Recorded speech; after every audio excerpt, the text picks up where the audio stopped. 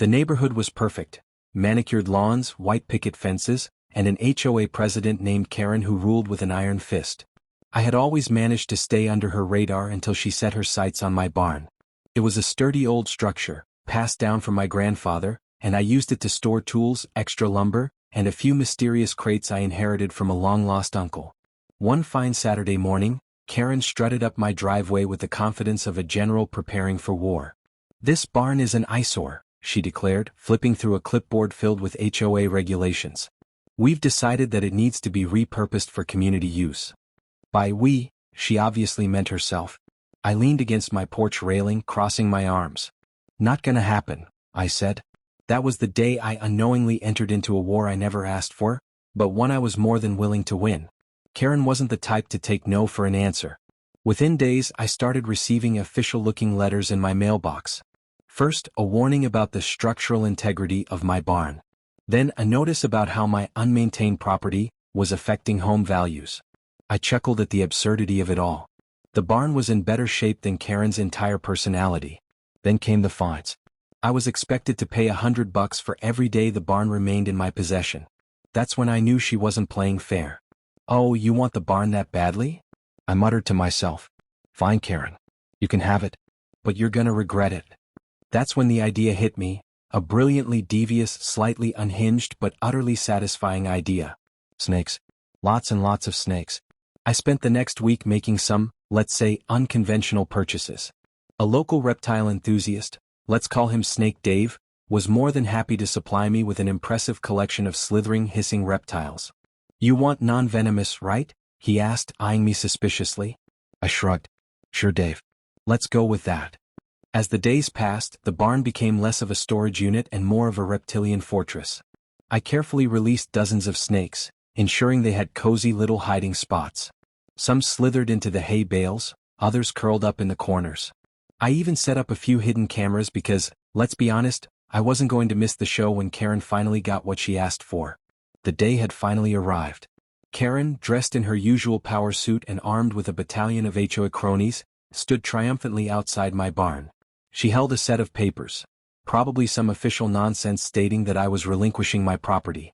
"As of today, this barn is now property of the HOA, she announced as if she had just conquered a small country. I kept my expression neutral, but inside I was barely holding back my laughter. "Go right ahead, Karen," I said smoothly. "It's all yours." With a self-satisfied smirk, she strode forward, pushing the barn doors open. And that's when the screaming began. The moment the doors swung open, a mass of slithering, hissing bodies erupted from the shadows. Karen barely had time to process the horror before a particularly enthusiastic corn snake launched itself toward her feet. Her clipboard went flying as she let out a blood-curdling shriek. Her minions weren't any braver. HOA Treasurer Bob attempted to climb onto a lawn chair, only for it to collapse under his weight. Susan from the Neighborhood Beautification Committee fainted on the spot. It was absolute glorious chaos. I stood back, sipping my lemonade, watching my masterpiece unfold. "Hope you enjoy your new community space," I called out helpfully. Karen's shrieks could probably be heard from 3 streets away. She flailed wildly, trying to escape the horror slithering at her feet. "Snakes? You filled the barn with snakes?" she bellowed, her face redder than a ripe tomato. I took a slow sip of my lemonade, barely containing my amusement. "Well, Karen, you did say the barn needed a new purpose," I said casually. "I figured a neighborhood reptile sanctuary would be a great addition." Bob, still trying to balance on the wreckage of his broken chair, wheezed. "You can't do this," he squealed, swatting at a harmless garter snake that had coiled around his ankle. Susan was still unconscious, and another HOA lackey had climbed onto a table, sobbing into her phone. Karen, on the other hand, had taken matters into her own hands, by whipping off her designer handbag and attempting to use it as a weapon. With an angry grunt, she swung at a poor unsuspecting python that had been minding its own business in a pile of hay. The bag bounced off the snake's smooth scales, and the reptile merely flicked its tongue in boredom. Karen, however, took that as a personal attack. "This is war," she screeched. I sighed dramatically. "Oh, Karen. It's always been war." Karen and her remaining minions retreated to her house in a mixture of panic and rage. I could hear the HOA emergency meeting happening from my porch. "This is a violation of all regulations," Karen was shouting. "We must remove those wretched creatures immediately." Bob, still shaking from his close encounter, cleared his throat. Should we call animal control? Karen narrowed her eyes. No. This is bigger than animal control. We need pest exterminators. I nearly spit out my lemonade. Exterminators? For snakes? Clearly, Karen knew as much about reptiles as she did about minding her own business. I could already picture it. Some poor exterminator walking into the barn, only to find a bunch of harmless snakes staring at him in confusion. I grinned. Oh, this is gonna be good. The next morning, a white truck pulled up in front of my house. Bold red letters on the side read, Deadly Pest Solutions, and no creature too dangerous. The driver's door opened, and out stepped a man wearing full-body protective gear, looking like he was about to enter a war zone. Are you the homeowner? He asked gruffly. I smirked. Technically no. Karen and the HOA now own that barn. The exterminator shot a confused glance toward Karen, who stood at the edge of my property, arms crossed like a victorious dictator. So, you want me to exterminate snakes? He asked slowly. Yes. Karen snapped. Every last one of those slithering nightmares. The exterminator scratched his head. Ma'am, we don't exterminate snakes. That's illegal. And kind of unnecessary. They're good for the environment, you know? Karen's eye twitched. I don't care about the environment. I care about my community. I leaned against the porch railing, thoroughly enjoying myself. The exterminator sighed and grabbed a clipboard. All right, ma'am, I can do a removal service. But it's gonna cost ya. Karen's nostrils flared, but she waved her hand. Whatever it takes. Just get rid of them. I couldn't help but chuckle.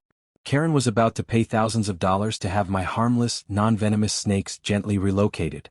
I almost felt bad. Almost. The exterminator and his team suited up and cautiously approached the barn. I casually leaned against my porch railing, enjoying the show. Karen stood stiffly at the edge of my property, arms crossed, lips pursed so tightly they practically disappeared into her face. All right, boys, the lead exterminator said, adjusting his gloves. Standard procedure. We go in, assess the threat, and remove any dangerous creatures. Shouldn't take long. I bit back a laugh. Oh buddy, you have no idea what you're walking into. The first exterminator cracked open the barn doors, and immediately, a wave of hissing sounds filled the air. He froze. His teammate, standing just behind him, peered over his shoulder and let out a nervous chuckle. Did those things just greet us? Karen, still a safe distance away, barked. What are you waiting for? Get them out. The lead exterminator stepped inside, sweeping his flashlight across the barn. The snakes were sprawled comfortably throughout the space, some curled in the hay, others lazily coiled around beams. A particularly large python lounged near the entrance like a bouncer at a nightclub. Well, I'll be damned, the exterminator muttered. They look real cozy in here. Another one of his men shifted uncomfortably. Boss? I think we might be intruding. Before the lead exterminator could respond, one of my hidden speakers activated. A long, slow, menacing rattle echoed through the barn. That was all it took. The second exterminator screamed like a 5-year-old, tossed his equipment into the air, and sprinted back out the door. His teammates weren't much better. One tripped over a hay bale in his haste to escape, while another just sat down and accepted his fate, muttering, Nope, nope, nope, over and over. Karen's face contorted with rage. What is wrong with you idiots? You're professionals. The lead exterminator, sweating profusely, backed away from the barn. Ma'am, this is not a normal job. Those snakes are settled in. They're not just passing through. They live here now. Karen's eye twitched. I don't care. Get them out. The exterminator wiped his forehead. Ma'am, I don't know how to break this to you, but you own a snake sanctuary now. Silence. Pure, unfiltered silence. Karen's soul visibly left her body.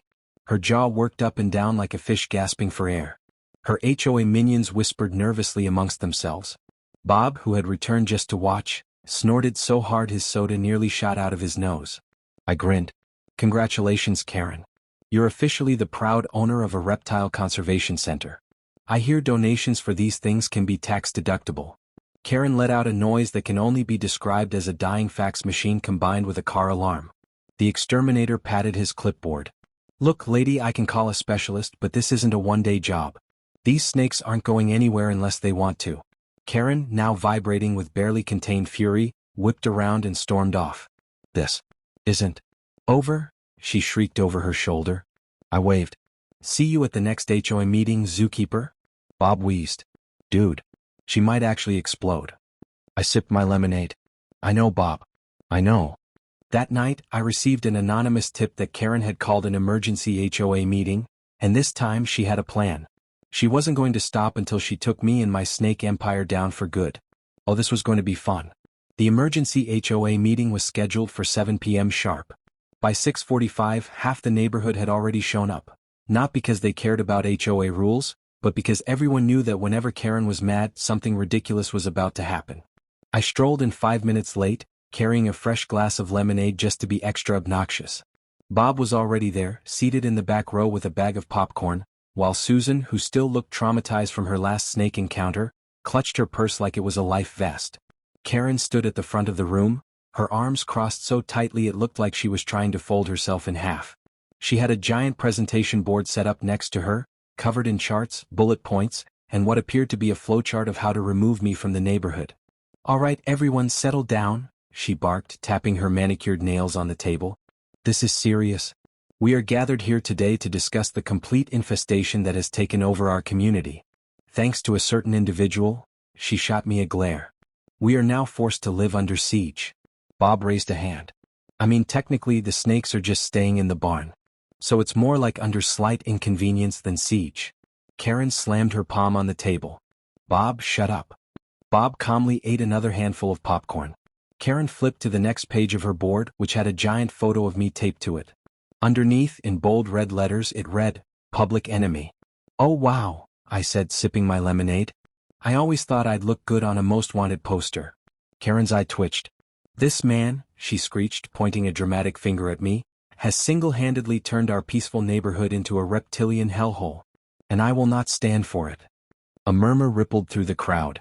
Some HOA members nodded along, but others, especially the neighbors who hated Karen more than they feared the snakes, looked thoroughly entertained. Here's my proposal. Karen continued, flipping to the next part of her presentation. We will band together and take legal action against this menace. We will sue him for creating an unsafe environment. And, she slammed a document onto the table, I have already filed a motion to demolish the barn. The room erupted. You can't just demolish someone's property, someone shouted. The barn belongs to the HOA now, remember? Bob hollered through a mouthful of popcorn. Karen raised her hand for silence. If we destroy the barn, she said dramatically, the snakes will be forced to leave. A long, awkward pause followed. Then Susan, who had been quiet up until this moment, slowly raised a hand. Oh, Karen? Karen turned sharply. What? Susan gulped. Oh, I don't want to question your leadership or anything, but, if we destroy the barn, won't the snakes just, move into our houses? Another wave of silence. Bob snorted so loudly it echoed. Karen's expression shattered into pure horror as she actually processed what Susan just said. What? Susan hesitated before repeating, I mean right now, the snakes have a home ***. But if we destroy it, they'll have to find new places to live. Like garages. And sheds. And, she gulped, attics. Someone in the crowd screamed. Karen swayed on the spot. She had spent weeks trying to get rid of me, and in doing so, she had trapped herself in a no-win scenario. She let the barn stand. I won. If she demolished the barn, the entire neighborhood would be swarmed with homeless snakes. Bob leaned over and whispered, checkmate. Karen turned so red I thought she might actually explode into dust. I need a minute, she shrieked, then stormed out of the room so fast she knocked over her own presentation board. Bob wiped a tear from his eye. Oh man, that was beautiful. I sat back grinning. And she thought I was the menace. That night, I could hear Karen furiously pacing in her yard, muttering about new plans and backup strategies. But it was too late. She had officially trapped herself. And I had officially won.